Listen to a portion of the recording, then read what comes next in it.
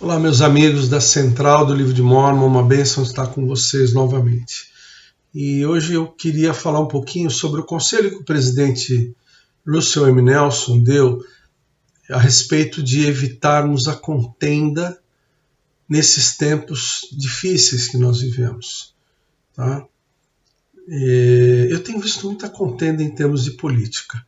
E o presidente pediu para nós não permitirmos que essa contenda se transforme em uma guerra de opiniões, se transforme num combate às pessoas. Nós temos que respeitar as pessoas no que elas pensam, independente de concordar ou não. Eu tenho as minhas opiniões políticas, eu defendo as minhas opiniões políticas, mas em termos de membro da igreja, uma pessoa não é melhor do que a outra porque ela defende uma opinião de um lado ou de outro, certa ou errada. Tá? Primeiro é o seguinte, né? As coisas em política não são como na igreja em que você tem uma coisa que é certa e outra errada. Em política, às vezes um partido defende muitas coisas que você defende, mas vai ter alguma coisa que vai ser contrária àquilo que você pensa. Talvez alguma coisa que um político falou, você não concorde, mas de maneira geral você concorde com aquela pessoa. Não é perfeito, mas é importante que a gente, além de respeitar as pessoas nas suas opiniões divergentes, que a gente procure defender aquilo que nós acreditamos. Então, se você buscar em seção 134 de Doutrina e Convênios, eu recomendo ler essa seção e orar e buscar pelo Espírito do que está escrito aqui nas Escrituras, para buscar o seu rumo, para você decidir o que você vai fazer, quem você vai apoiar. Tá? Eu vou ler o primeiro versículo que diz assim: nós cremos que os governos foram instituídos por Deus em benefício dos homens. Ele considera os homens responsáveis por seus atos em relação aos mesmos, tanto na formulação de leis como em sua execução, para o bem e segurança da sociedade. Então, os governos existem para o nosso bem. Tá? Mas eu não gosto do governo. Mas, irmãos, acredite que ter um governo é melhor do que não ter. A ausência de governo é chamada de anarquia. É quando não existe lei, não existe ordem. Então, quando acaba a lei, a ordem, quando acaba um poder moderador do governo, as pessoas então têm a liberdade para fazer qualquer coisa. E aí é uma situação tão extrema que ela não dura mais do que alguns poucos dias. Houve poucas ocasiões na história em que o povo caiu nessa situação de anarquia. Eu me lembro quando caiu o regime da Albânia, que o ditador foi executado e aí houve uma revolta popular e por alguns dias a Albânia ficou sem governo, não tinha. Não. E aí o que começou a acontecer? As pessoas pegavam arma e ficavam no meio da rua cobrando pedágio para ver quem que ia passar dali para o outro lado, que ia ter que pagar para ele. Então foi uma situação absurda, né, que foi consertada depois de alguns dias, acharam lá uma forma de governo e prosseguiram. Então a anarquia é o pior que existe. Agora, existem governos melhores, existem governos piores. O que nós esperamos de um governo, e é o que está aqui em Doutrina e Convênios, é que ele proteja a liberdade individual para nós acreditar, principalmente exercício de consciência.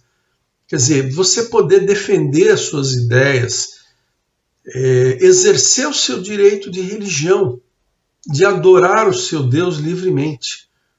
Então, um regime que proíba a religião, ou que fique colocando limites ou empecilhos para exercer o seu direito de religião, não é um bom governo. E que defenda o direito de propriedade, tá? Que também é um direito sagrado que as pessoas têm, né? Então, família, propriedade, religião são as bases que a gente espera de um governo, né? Um governo que promova leis com o objetivo de proteger as pessoas. Tá? E esse governo, em linhas gerais, que a gente deve apoiar. Tá? Sempre que você tiver uma situação de candidatos, eles naturalmente vão afunilar para dois. Tá? É difícil chegar a ter 3, 4 juntos. Tal. Normalmente vão afunilar para dois. E você vai ter que escolher o que é o melhor dentre os dois. Tá? E talvez você não concorde 100% com nenhum deles. Nesses casos, irmão, o conselho que eu dou pessoalmente é o seguinte: escolhe o que for melhor ou o que você considera menos pior. Porque aí você vai melhorando. No momento em que você se abstém do processo democrático, você está passando para outros a responsabilidade, você está se omitindo.